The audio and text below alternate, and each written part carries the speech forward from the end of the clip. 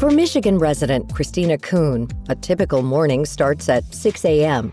Her family only owns one working car, so she drops her 3 young kids off at school early and then drives her partner to work before starting her own job at a nonprofit at 8:30. Once she finishes her work for the day, she circles back to pick her 3 kids up from school while her partner heads over to his second job that stretches until 10:30 or 11 p.m. This leaves Kuhn to single parent every night, preparing dinner, overseeing homework, and tidying up the house. By the time she's done with that, it's bedtime, and the entire cycle resets. But no matter how hard or how long they work, it still feels like they're always playing catch-up. Kuhn and her partner live a modest life. The couple live in the suburbs of Detroit, Michigan, and rent a 3-bedroom apartment for their family of 5. Together, they earn about $70,000 a year.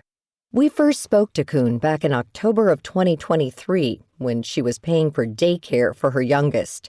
Back then, she shared with us how she juggled this extra bill while living paycheck to paycheck. When I get paid, the first thing I do is pay her tuition so that I can make sure that I can have my grocery money, my bill money. I have to make sure that that gets paid first before I do anything else. And that stresses me out a little bit because it's like, what would I do if okay, I pay that and then it's like, now my grocery money is subtracted or this money, or I can't put her in things outside of the home because I have to make sure her tuition pays. In our first interview, we talked extensively about the hefty cost of childcare and how being tight on money had limited options for her family. Kuhn voiced her frustration about not feeling supported as a parent. I work 2 jobs to afford everything, and I still feel like I'm failing. I cannot provide her things in life if I don't go to work, and if she doesn't have somewhere to go, then I can't provide her things in life because I can't go to work because she'll be home with me. You have to work because you can't afford to stay home. You have to have a good education for your child, but you have to afford it, but you can't afford it because your salary doesn't allow you to afford it. And it's just like, you feel like all these orange cones are in your way that you have to navigate around. And it's like, I have to do all this to make sure that my child is getting a quality education, but you guys are saying, we're not going to help you provide a good education. We're just going to hope you find it. Fast forward 2 years to today, and she's no longer paying the added cost of early childcare. With this change, you might assume that she's in a better financial place. However, the cost of everything, from food to rent to basic utilities, has gone up. Meanwhile, her household income has stayed pretty much the same. Not to cry on the radio in the interview, but it is probably the most, you feel like a failure as a parent, and to look at your kids in the face to say, we can't do A, B, C, A through Z, really. We don't do anything because the cost of everything is so high. And we have 3 kids, and you're like, okay, who stays home? And with the holidays around the corner, it's just another financial reminder that the family can't keep up with expenses. If it wasn't for my parents, we wouldn't have a Christmas either. I can't afford Christmas presents for my kids. And that is like the worst. That is the worst feeling in the world, to think of Christmas morning and your kids are just going to look at you like, how come Santa didn't see us? And you don't even know what to say to them because you're the one that's supposed to provide everything for them. And she isn't alone in feeling this way. Tens of millions of Americans are struggling with higher prices and stagnating paychecks. Groceries for the week that once cost $150 now run closer to $190. Since 2019, food prices have jumped 25% nationwide, according to the U.S. Bureau of Labor Statistics. And rent isn't any better. The real estate platform Zillow shows that the typical U.S. rental is 30% more expensive than 5 years ago. For Kuhn, her rent in Michigan has increased year over year, and was recently raised by $120 per month. For some, this may not seem like a sizable jump, but when you're on a tight budget, every dollar adds up. $120 may not sound like a lot to some people, but it could be groceries for 2 weeks for us. We haven't even really been able to grocery shop like that. We've just been trying to go here and there and maybe grocery shop when we need it, and just like make as much as we can out of what we have. That's been really stressful. On top of this, Kuhn's partner is currently sick and hospitalized, leaving him unable to work.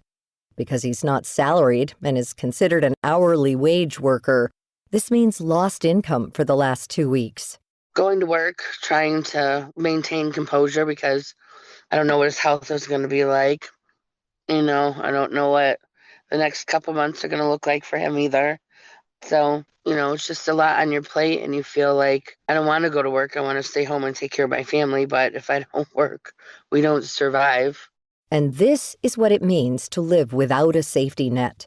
There's no emergency fund to fall back on, no cushion if a paycheck disappears or a bill comes in higher than expected. Nationally, only about half of Americans have even a 3-month emergency savings fund, according to 2025 data from the Federal Reserve. Like so many without that buffer, Kuhn is balancing on a razor-thin margin, earning just enough to stay afloat, but never enough to get ahead or create any real breathing room. She's frustrated with policy decisions that seem to overlook families in situations like hers. I've never had a shut-off notice in my life. And now I feel like every time I turn around, it's like somebody's calling to figure out, when are you going to pay this? When are you going to pay that? And I'm like, that's a good question. I'm glad you asked it because I don't have the answer. It feels like the world imploded, and now we have to pay for it by not being able to afford anything. And it's like, people sit up there with so much money they don't even know what to do with it and make these decisions for people who have nothing and take more. It's like, I have nothing left to give, and you want to take more from me. And it's just like, you're taking from my kids. I can wear the same holy clothes and, the look a mess because I haven't had my hair cut and I don't know how long. I don't care. But my kids need haircuts. My kids need uniforms. My kids need boots. Despite all of the stressors, the one constant she leans on is the support she finds at home. These 3 kids that I am with day in and day out, they keep me on my toes. They make me laugh. They make me cry. They frustrate me to no end. But the love that they give me is unmatched to any Christmas bonus or any present I could get. But I want to do it for them. And if anybody is shaming you or making you feel bad, just remember that they're not in your shoes and they couldn't probably walk a mile in them. It's a perspective shaped by both hardship and resilience, and it reflects the position so many Americans are in. Federal data shows that even as overall inflation cools, core expenses like food, housing, and utilities still remain high, leaving families bracing for a level of strain that may not lift anytime soon.